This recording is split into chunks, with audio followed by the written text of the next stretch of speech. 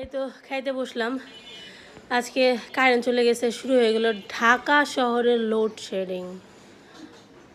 তো কী কী রান্না করছি দেখেন। আজকে তেমন কিছু রান্না করতে পারি নাই, আজকে শরীর খুব খারাপ। এই খারাপ শরীর নিয়েও মেয়ে মানুষের কাজ করতে হয় গো। কি সুন্দর লাগতেছে, ভাতগুলো বেড়ে দিছে। বহ বহ বহ, সবাই বসো, খেয়ে নাও। তো আজকে রান্না করছি ডাল, মুসুর ডাল, তারপরে হচ্ছে কচুরলতি ইলিশ মাছের মাথা দিয়ে করলা ভাজি আর ইলিশ মাছ ভাজি। এই হচ্ছে রান্নার মেনু আর কি আমাদের। আই বসো গো, আই বয়। আজকে কৃষ্ণর বন্ধ। ঈশান খাইছ? তুমি বসো এটার মধ্যে। তো এখন হচ্ছে দুপুরবেলার খাবার খাচ্ছি। এই ভিডিওটা কিন্তু আমার আজকের করা না, এটা হচ্ছে 2-1 দিন আগের করা ছিল। যেদিন প্রথম আমার জ্বর আসে সেই দিন দুপুরবেলার ভিডিও। সেদিন তো আমি রান্না করছিলাম, কারণ ওই দিন তো জ্বর ওইভাবে ছিল না। তো কি কি রান্না করছিলাম এই যে আপনাদের তো দেখালাম। তো সেই দিন কি হয়েছিল, ব্লগটা করা হয়েছিল ঠিকই, কিন্তু এই যে রান্না বান্নার পার্টটা ছিল, মানে খাওয়ার পার্টটা, এটা কোনোভাবেই আমার মোবাইলে ছিল।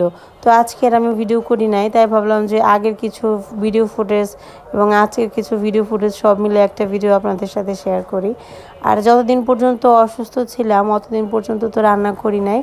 এখন আজকের অবস্থা যদি আমি বলি, এখন মোটামুটি আমি ভালো আছি। আশা করছি আগামীকাল থেকে সুন্দর মতো রান্নাবান্না করে আপনাদের সাথে ভিডিও শেয়ার করব। তো এই কয়দিন দিদি আমাকে অনেক হেল্প করছে, যেটা ভাষায় প্রকাশ করার মতো না সত্যি। কারণ আমি তো রান্নাবান্না কিচ্ছু করতে পারি নাই। তো দিদি সব রান্না করে করে পাঠিয়ে দিছে বক্স করে করে। তারপর ওইগুলো খেয়ে আমিও বাইসেছিলাম, আমার পোলাপান বলেন, আমার হাজব্যান্ড বলেন, আমার ভাই বোন সবাই আর কি শান্তিতে কয়টা দিন আর কি ভাত খাইতে পারছে। কারণ আমি তো বিছানায় থেকে পড়ে উঠতেই পারি নাই, রান্না বান্না তো দূরের কথা। তো দিদি যদি রান্না করে না পাঠাইতো তাহলে বাসার অবস্থা খুবই খারাপ হইতো। রান্না হয়তো সার বাবার কইতে হইতো, কিন্তু সে তো ঠিকমতো রান্না বান্না করতে পারে না। যাই পারে হয়তো ওইটুকু দিয়েই চলতে হইতো। যেহেতু দিদি রান্না বান্না করে পাঠাইছে, এর জন্য আমি অসুস্থ থাকার কারণেও এরা খুব ভালো ভালো খাবার পাইছে। যেমন আমার বাচ্চার কথা যদি বলি, ওরা প্রত্যেক দিনই মাংস দিয়ে ভাত খাইছে, যেটা হয়তো আমি সুস্থ থাকলে হয়তো না।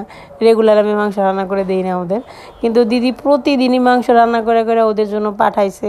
সত্যি নিজেদের মানুষ কাছে থাকলে অনেক আরাম আয়েস সুবিধা ভোগ করা যায়। কি আর বলবো বলেন। বিপদের সময় যারা পাশে থাকে তাদের তো আর উপকার কখনো বলে বা ধন্যবাদ জানিয়ে শেষ করা যায় না। তো এখন হচ্ছে যে দুপুরের টাইম, সারা ঈশান বায়না করছে ফুচকা খাইবো। তো বাসায় ফুচকা রেডিমেড ফুচকা ছিল, তো ওইগুলো দিয়ে সার বাবা এখন ফুচকা বানাইছে, এখন ওদের খাওয়াই দিতেছে। তো আমাকে ডাকতেছে যে আসো তুমি একটু টেস্ট করে দেখো। তো টক বেশি হয়েছে, এর জন্য আমি টক জলের মধ্যে আবার একটু চিনি মিশাইলাম।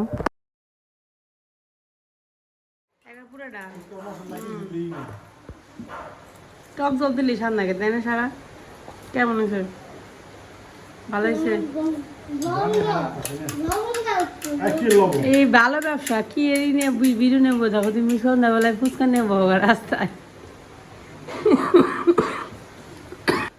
সারা আমার একটা দিয়ে টক দিয়ে রে, দাঁড়া, এটা সাইজ বড় কে। আরেকটা দে না।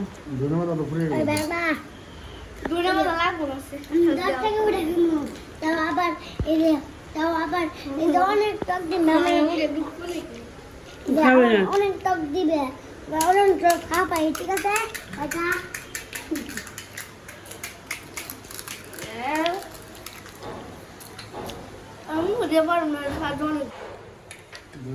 এগুলা ফুলে নাই কে বেশি ভালো মতো তেল দিয়ে ভাজা হয় কসকসা হয় না তো। আর কসকসা হয়, খেয়ে দাও তুমি।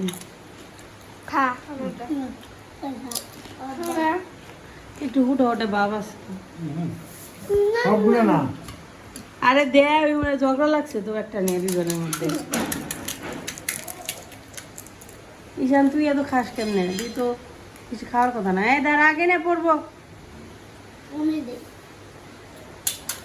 খাইতে পারস না কিছু না, কিন্তু খাবি। তোমার একটা বানাতে বানাতে সারা একটা খাওয়া শেষ। ভালোই তো খাদো গেছ।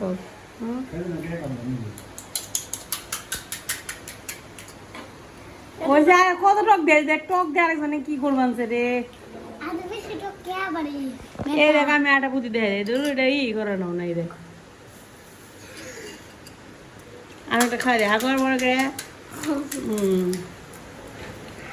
হাই হাই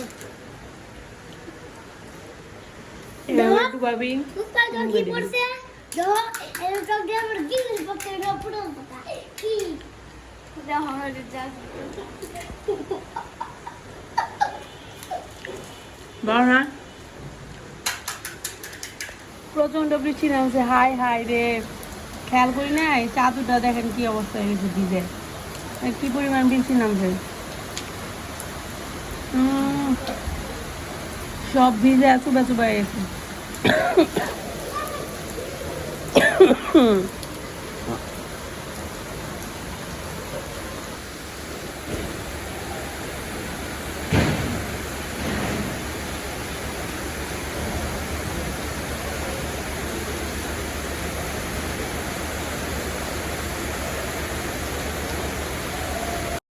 আসলে কি বলেন তো সকাল থেকে সুন্দরভাবে একটা গুছিয়ে ব্লগ বানানো হয় নাই এর জন্য ভাবলাম আগে কিছু ভিডিও করা ছিল সব মিলিয়ে একটা ছোটো মোটো ভিডিও আপনাদের সাথে শেয়ার করি এই যে দেখতে পাচ্ছেন খাবার খাচ্ছি এইটা ছিল পরের দিনের দুপুরবেলার খাবার এটা হচ্ছে ওই বাসা থেকেই পাঠাইছে আসলে আমি যতদিন অসুস্থ ছিলাম প্রত্যেক দিন দুপুরের খাবার আমাকে দিদি রান্না করে পাঠাইতো এর জন্য আমার তেমন একটা কষ্ট হয় না দিদি যদি রান্না করে না পাঠাইতো তাহলে আরও বেশি কষ্ট হইতো অসুস্থতার মধ্যে আর প্রথম যে রান্নাটা আপনাদের দেখালাম যে আমি করে খেয়েছি এটা হচ্ছে আমার অসুস্থ হওয়ার আগের দিন মেবি ছিল সেই দিন একটু ভিডিও করা ছিল তো সেইটা আর কি এটার সাথে অ্যাড করছি বলতে পারেন যে জগা খিচুড়ি মার্কা একটা ব্লগ আপনাদের সাথে আজকে শেয়ার করলাম তো এখানে হচ্ছে খাবার খাচ্ছি দিদি আজকে অনেক মজার মজার রান্না করে পাঠাইছে এটা ছিল মলা মাছের চচ্চড়ি মলা মাছ ছিল সাথে 2-1টা ট্যাংরা মাছ ছিল আমার মুখের টেস্টটা একটু অন্যরকম হয়ে গেছে এর জন্য খুব একটা যে টেস্ট পাইছি তা না কিন্তু তারপরেও ভালো লাগছে আর এটা হচ্ছে স্পেশালি আমার জন্য রান্না করে পাঠাইছে এটা হচ্ছে কবুতরের মাংস তো শরীর যখন উইক হয়ে যায় তখন কিন্তু কবুতরের মাংস খেয়ে দেখতে পারেন খুব ভালো কাজ করে বলতে পারেন যে ওষুধের মতো কাজ করে তো এর জন্যই আমার জন্য রান্না করে পাঠাইছে তো সেদিন সার বাবাও 2-1টা কিনে নিয়ে আসছে একটা ফ্রিজে আছে ভাবতেছি খাবো দেখি একটু সুস্থ হওয়ার পর রান্না বান্না শুরু করব এখন তো রান্না বান্না করতেছি না দিদি রান্না করে করে পাঠায় আমি শুধু বসে বসে খাইতেছি খুবই আরামে কাটালাম অসুস্থতা নিয়ে অসুস্থতা মাঝে মাঝে আসলে একটু রেস্ট নেওয়া যায় সত্যি কথা বলতে কিন্তু সেই রেস্টের সময় যে কতটা ভয়ানক সেটা আমরা নিজেরাই জানি যারা অসুস্থ অবস্থায় থাকি তো এখানে হচ্ছে মুরগির মাংস আছে এটা হচ্ছে ইশানা সারার জন্য পাঠাইছে আর এখানে ডাটা দিয়ে শিং মাছের ঝোল তার সাথে ছিল কবুতরের মাংস এরপর ছিল ছোট মাছের চচ্চড়ি চিন্তা করেন কতগুলো রান্না করে পাঠাইছে সত্যি নিজেদের মানুষ কাছে থাকলে অনেক বেশি সুযোগ সুবিধা পাওয়া যায় এত আদর আপ্যায়ন কি অন্য মানুষ করে বলেন তো